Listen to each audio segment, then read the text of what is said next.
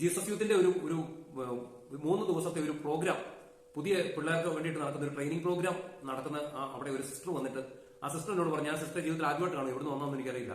ആ സിസ്റ്റർ വന്നിട്ട് പറഞ്ഞു, ഞങ്ങളുടെ സഭയുടെ ഒരു നിയോഗത്തിനാണ് ഒരു ജപമാല പദ്ധതിയിൽ കൂടാവും. പക്ഷേ എന്നോട് പറഞ്ഞു മുഴുവൻ ദിവസവും, അതായത് 90 ദിവസം സമ്പൂർണ്ണ ജപമാല ചെല്ലണം മുടങ്ങാതെ 3 മാസം. എന്നിട്ട് അതിന് വേണ്ടിയിട്ട് എനിക്കൊരു കൊന്ത, ഒരു വെന്തിങ്ങ, ഒരു ലോക്കറ്റ്, അങ്ങനെയുള്ള കുറച്ച് സംഭവമൊക്കെ തന്നു. എന്നിട്ട് ഞാൻ പറഞ്ഞു, എനിക്ക് ചെല്ലാൻ പറ്റുമെന്ന് എനിക്ക് അറിയില്ല സിസ്റ്ററെ, ഞാൻ നോക്കാം എന്ന് പറഞ്ഞു. പക്ഷെ പ്രിയപ്പെട്ടവരെ, അത് ദൈവത്തിന്റെ വലിയൊരു പദ്ധതിയായിരുന്നു. ഞാൻ അങ്ങനെ അന്ന് മുതൽ, അന്ന് പ്രകാശത്തിന്റെ രഹസ്യമില്ല, 153 മണിക്ക് പോകുള്ളൂ, മുടങ്ങാതെ ചെല്ലാൻ തുടങ്ങി.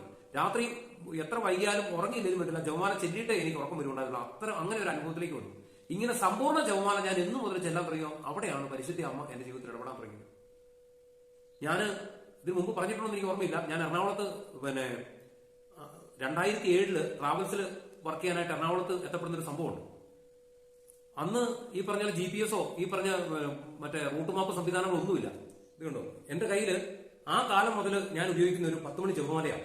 ഈ ജപമാല ഉപയോഗിച്ച് ഞാൻ വണ്ടി ഓടിക്കുമ്പോൾ ഫുൾ ടൈം ഇങ്ങനെ ഈ ജപമാല ഇങ്ങനെ ഒരു കൈ പിടിച്ചിട്ട് ഞാൻ വണ്ടി ഓടിക്കും. കാരണം ഈ കൈ കൊണ്ടാണ് ഗീർ മാറ്റുന്നത്. ഈ കൈ കൊണ്ട് ഞാൻ ജപമാല ചെല്ലുമായിരുന്നു. എന്റെ ഇത്രയും വർഷത്തെ ഡ്രൈവിംഗ് അനുഭവത്തിൽ ഞാൻ എത്രമാത്രം ജപമാല ചെല്ലുന്നുള്ളത് എനിക്കറിയില്ല. ഞാൻ രാത്രികളിലൊക്കെ ഇരുന്ന് ലോങ് ട്രിപ്പ് വണ്ടി ഓടിക്കുമ്പോൾ 200-203 മണി പോകും. അതുപോലെ തന്നെ അത് കൂടുതലും ഒക്കെ ചെല്ലുമായിരുന്നു. ഈ നിമിഷം വരെ, ഇന്ന് വരെ എന്റെ ജീവിതത്തിൽ ഞാൻ ഉറങ്ങിപ്പോയി കണ്ണടച്ചു പോയ സന്ദർഭങ്ങൾ വരെ ഉണ്ടായിട്ടുണ്ട്. പക്ഷെ ഒരു അപകടം സംഭവിക്കാൻ പരിശുദ്ധ അമ്മ അനുവദിച്ചിട്ടില്ല.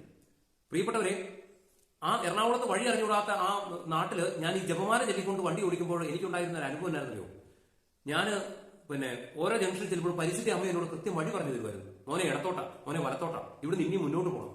കാരണം അന്ന് ട്രാവൽസിൽ വർക്ക് ചെയ്യുമ്പോൾ ഒരു വലിയ പ്രശ്നമുണ്ട്. റൂട്ട് അറിയുന്നവർക്ക് മാത്രമേ നല്ല ട്രിപ്പ് കൊടുക്കുള്ളൂ, അല്ലെങ്കിൽ അവിടെയുള്ള പരിസരത്ത് മാത്രം ലോക്കൽ ട്രിപ്പ് മാത്രം കൊടുക്കും. അപ്പം എക്സ്പീരിയൻസ് ഉള്ള ഡ്രൈവർമാർ ഇല്ലാത്ത വലിയ നമ്മൾ ട്രാവൽസുകാർ നമ്മളോട് ചോദിക്കും, ഇന്ന സ്ഥലത്തേക്ക് ഒരു ട്രിപ്പ് ഉണ്ട്, പോകാൻ പറ്റും, കോട്ടയം അല്ലെങ്കിൽ മൂന്നാർ അല്ലെങ്കിൽ അങ്ങനെയുള്ള ലോങ് ദൂര സ്ഥലങ്ങളൊക്കെ പറയും, പത്തനംതിട്ട.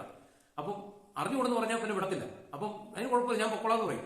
എന്നിട്ട് എന്ത് ചെയ്യും, പരിശുദ്ധ അമ്മയുടെ വിമലകൃത്യത്തിന് സമർപ്പിച്ചിട്ട് ജപമാല ചെയ്തിട്ടുണ്ട്. ഈ വണ്ടിയിൽ ഇരിക്കുന്നവർക്ക് അറിഞ്ഞൂടെ എനിക്ക് വഴി അറിഞ്ഞുകൊടുക്കുന്നത്. പക്ഷേ ഞാൻ എന്ത് ചെയ്യും, ജപമാല ചൊല്ലി പ്രാർത്ഥിക്കും. ഒരിക്കല് കോട്ടയത്തുനിന്ന് ഞാൻ എറണാകുളത്തേക്ക് വരുമ്പോൾ മലയാള മനോരമയുടെ ഒരു ട്രിപ്പാണ്. ആനന്ദ് മാത്യു എന്ന് പറയുന്ന എത്രയോ അവിടുത്തെ ഒരു സീനിയർ ഒരു വലിയ ഉദ്യോഗസ്ഥനാണ് ആ വണ്ടിയെല്ലാം ഇരിക്കുന്നത്. അപ്പം അന്ന് വരുന്ന വഴിക്ക് എന്നോട് പരിശുദ്ധ അമ്മ പറഞ്ഞു, മോനെ അപകടം ഉണ്ടാകാൻ പോകുന്നു, ജപമാലയല്ല.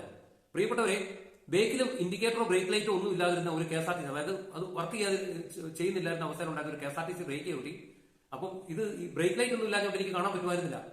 അന്ന് പരിശുദ്ധ അമ്മയുടെ പ്രത്യേക ഇടപെടൽ കൊണ്ടാണ് ആ വണ്ടിയുടെ ഫ്രണ്ട്, ഞാൻ ഓടിച്ചിരുന്ന വണ്ടിയുടെ ഫ്രണ്ട് ആ KSRTCയുടെ അടി പോയി കയറാതിരുന്നത്.